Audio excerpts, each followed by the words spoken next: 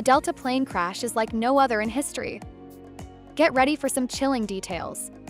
Plane seems to have landed, but the impact was so severe that it caused the gears to collapse, followed by one wing completely detaching and the other very damaged. We can then see the sudden burst of gigantic flames. The fuselage then starts to roll along the snow, and then the flames somehow go off. It's a truly jarring sight, and you can see the sheer force of the crash. Passengers and crew were understandably shaken. Pete Cookoff, a passenger on board, described the chaotic situation in an interview. And all of a sudden, I just remember being fully sideways, and I was looking down and just seeing like sparks and flames and whatever was grinding against the ground. He recounted how the plane was flipped upside down after the nose gear collapse, and how passengers had to scramble to safety. Ended up upside down, lowered ourselves down instead of just like falling from the ceiling, and then we're like, oh, we need to get off this plane. Deborah Flint, the president and CEO of Greater Toronto Airports Authority, spoke about the details.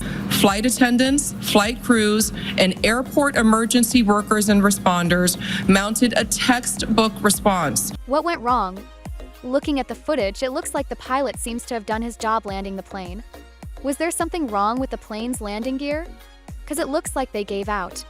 A United States Navy pilot of the F-18N Hornet explained the facts behind what looks like a normal landing. Landing F-18 aboard an aircraft carrier, our average rate of descent is 800 feet per minute. I saw for this RJ was about 1,100 feet per minute. He also described the weather conditions. Just because the sun is out doesn't mean the weather is great. Very, very gusty conditions. When I looked at my phone after the mishap, it was 25 gusts, 45 knots. Plane surviving the crash is another thing. Plane ignited into gigantic flames, but then it rolled in the snow and the flames almost completely went out. We can try making sense of this situation, but it's a miracle that everyone on board survived. The first responders should also be condemned for their quick actions in not letting the fire get out of control and getting the passengers and crew of the plane out of harm's way. Cabin crew should also be praised for getting every passenger out of the upside-down plane safely, without any life-threatening injuries. Peter Carlson, a paramedic from Minnesota, describes his harrowing experience. It was a quick message to my wife, I love you, I love our kids, and then kind of sprang back into action of supporting, helping, and trying to co-lead with the folks on the plane. Peter described how he helped.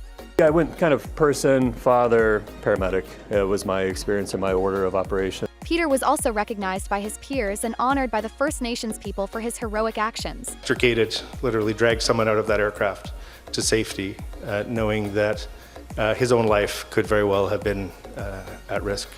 The world takes a sigh of relief because everyone on the plane is safe. This is definitely a developing story, and we'll keep you informed as we learn more. Thank you and have a good day.